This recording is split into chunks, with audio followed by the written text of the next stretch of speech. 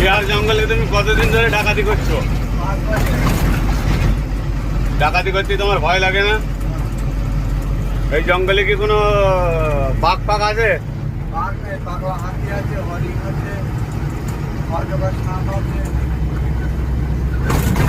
মনে ভয় ডর লাগে না? দেখতে পাচ্ছ বন্ধুরা, এই মালটাকে ধরেছি বিহার জঙ্গল থেকে।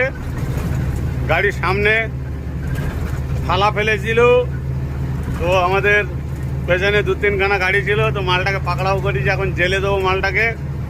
এই দেখতে পাচ্ছ জঙ্গল আছে, জঙ্গলটা পারে সামনে থানা আছে, ওখানে গিয়ে মালটাকে জেলে দেবো।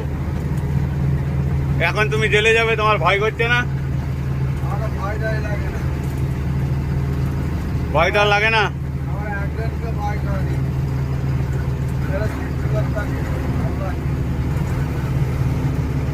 এখন যে তুমি জেলে যাবে, তোমার ছাড়াবে কে?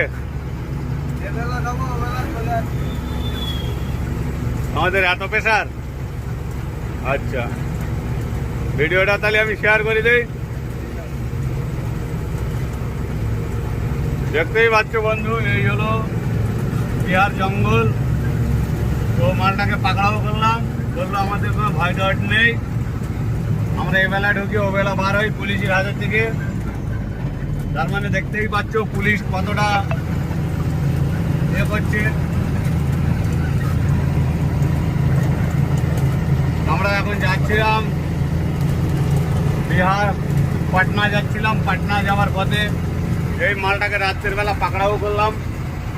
আমাদের 4খানা গাড়ি বিস্কুট লোড আছে, পাটনাতে খালি হবে। এই মালটা কতটা বয়স হবে এর, এ ডাকাতি করছিল এই জঙ্গলে। মালটাকে রাতে ধরলাম, দেখতেই পাচ্ছ মালটাকে রাতে ধরলাম। তো একে এখন জেলে দেবো। সামনেই পুলিশ স্টেশন আসছে, আর 1-2 কিলোমিটার বাকি আছে জঙ্গলটা শেষ হতে। মালটাকে জেলে দিয়ে দেবো।